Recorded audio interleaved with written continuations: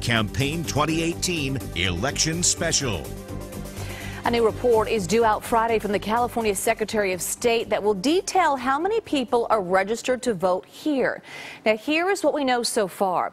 More than 19,086,000 were registered as of September 7th, and that is up more than 63,000 since just before the June election, when the number was closer to 19,023,000. And just 10 days from tonight, we'll be counting those votes in the midterm elections. In these final days, it's not just the candidates filling the airwaves. KPIX 5's Joe Vasquez says there is an unusual campaign aimed at young voters. I'm definitely going to vote. Are you planning to vote? No, You're not going to vote? Voting, no. Why not? It's not my thing. I'm not into politics. Dear young people, don't vote. Young people not voting? That's exactly what these older folks are suggesting in this parody video. Trump, that was us. Tax cuts for the rich?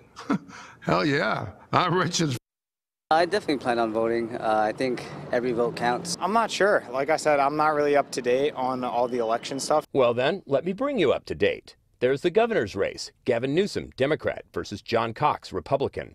Also statewide, there are a bunch of congressional races in Republican districts outside the Bay Area that could swing to the Democrats depending on voter turnout. That includes Devin Nunes versus Andrew Jans in Fresno County. Closer to home, there are school board, city council, and supervisor races. We see, housing, prices going way up, and young people are thinking, can I stay in this city? Am I going to get priced out? Am I going to get evicted?